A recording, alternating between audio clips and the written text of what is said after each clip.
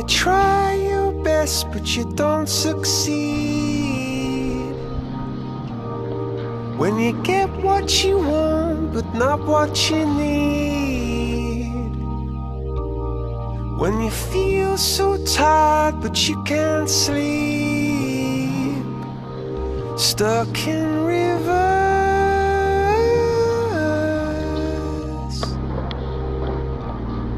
and the tears come streaming down your face, when you lose something you can't replace, when you love someone but it goes to waste, could it be worse? Go. Hello. This is Manny This is Mike. Lights And this is our mini documentary. here at CSUN, and we're going to talk to you about the problem of being dependent upon oil and the solutions that we can do to be more energy conscious. So in this documentary, you're gonna see a couple interviews, and you're gonna see our speech, and of course, you're gonna see lots of us. Have fun. Enjoy. Alright, this is Nicole, fellow student at CSUN. I'm going to ask her a few questions. So, when's the last time you filled up for gas? About 2 days ago. Do you know how much it was? Remember? Like $40? $40, and you could usually fill up like once a week, or No. I usually end up having to fill up twice because I drive really far. twice a week at least. It's like 40 miles one way for me. So that's kind of a lot of money. What's your take on prices of gas? What do you think? What are your opinions? They're pretty expensive. Yeah. Obviously. Okay, so why do you think people are hesitant in the LA area to take public transportation? Most people have their own stuff going on, so they don't want to be stuck on a train or a bus or something because it's only set times. So a lot of people in LA have really busy schedules, and everything in LA is really far apart, so it's kind of, it's difficult to change buses and So you trains. sacrifice, It's like a convenience thing. even though it would save on gas and prices, it did. I still think. Yeah, I think that's what most people think. Alright. Alright, so what is your take on the scarcity of oil and how the U.S. is dealing with it? I think that people are trying to do stuff. They're making more hybrid cars now, but the only problem is that they're usually pretty expensive, so people are not buying them maybe as much as they would be. But I think they're trying to, help the situation. Hi, I'm Manny, and This is Micah, and we're going to talk to you guys today about just price of gas being high and what we... Hey, I'm William Valverde. I'm a second-year engineering student at Calgary University in Northridge, and for my friend's project, he's asked me to dispel some of the myths on the current energy crisis, alternative fuels, different forms of power, and how we can deal with what's going on, and maybe give you some facts so that you can understand it better. Basically, what's going on is we're running out of gas.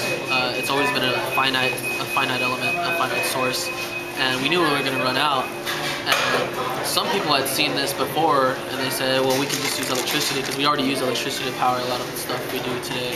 And actually, the electric car came before the gas car. And the first cars, you kind of had a competition between both because batteries were actually easier to get than gas. But at that point, the really rich people that were producing cars were the same people that owned oil refineries and were getting the gas, so they said, no, let's make our money, right? If we make the product and we also make what the product runs off of, we make a lot more money. So we went that way, and basically the gas car killed the electric car. And now today we're running out of gas, and we're trying to bring back the electric car. And everybody has this weird idea that the smart car and the Prius and the Insight and all these hybrid cars and alternative fuels are weaker cars. And basically, the internal combustion engine is something so old that's been used forever. I mean, just the whole idea of pistons working in that way.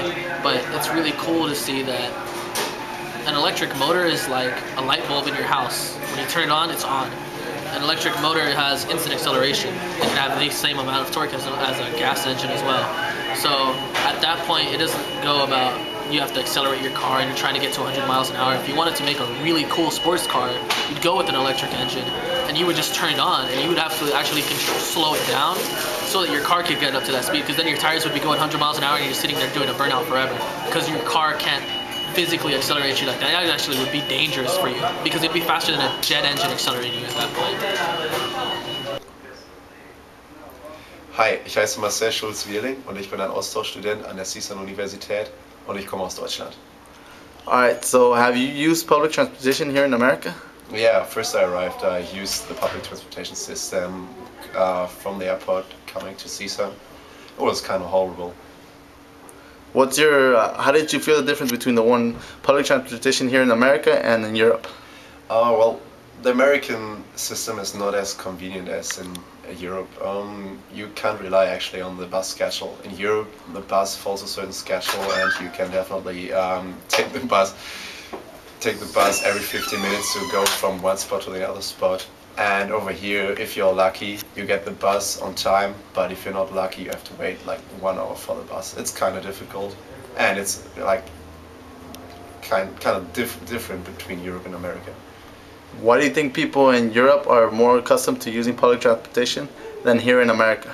Well, the difference to Europe is that not everybody owns an own car. In America, everybody has their own car. He's able to get everywhere he wants to go. In Europe, you have to either form carpools or use the public transportation system. Otherwise, it's not possible all the time to get to a certain spot you want to go. And especially the gas is really expensive in Europe. I think it's 3 times more expensive than over here. So that's mostly the reason why people are using public transportation over here. In Europe. Why do you think it's much easier in Europe to get from one place to another in using public transportation? Well, the connection of the public transportation system is way better in Europe.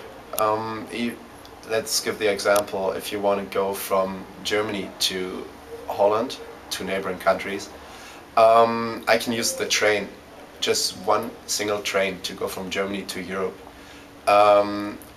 Especially if you want to use a bus, for instance, it connects cities. It goes over the Autobahn, the German freeway, so to speak, and there's no interruption. You don't have to change the bus, whatever. It really has a really good connection.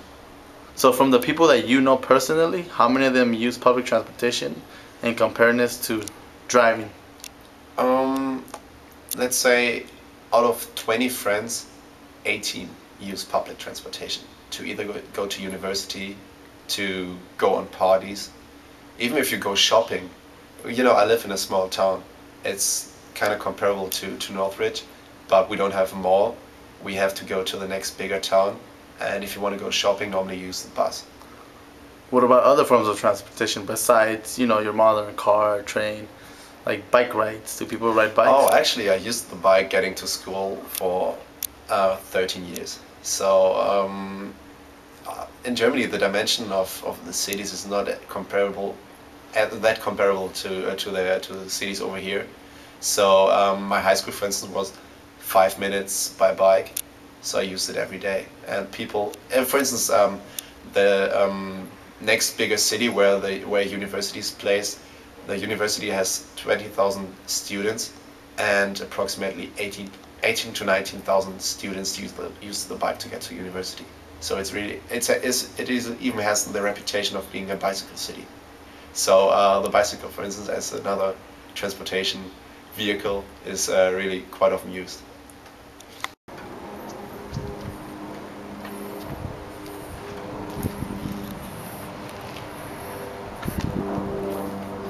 Oh, hello. My name is John, or some people call me Gyrus, either one, but my full name is Gyrus Subtron, and this is my car. I'm an amateur drifter, and I'm here to teach you, I guess, 2 or 3 tips on how to save gas. First of all, you might want to be able to change your oil every so often, maybe even if Jiffy Lube says 3,000, try to change it to 10. Also, start using cleaner gases, so start saving a little more mileage on your tank, and drive conservatively. drive about 60 miles per hour, 65, even though you don't feel like it, but it'll save you the money. That's about it.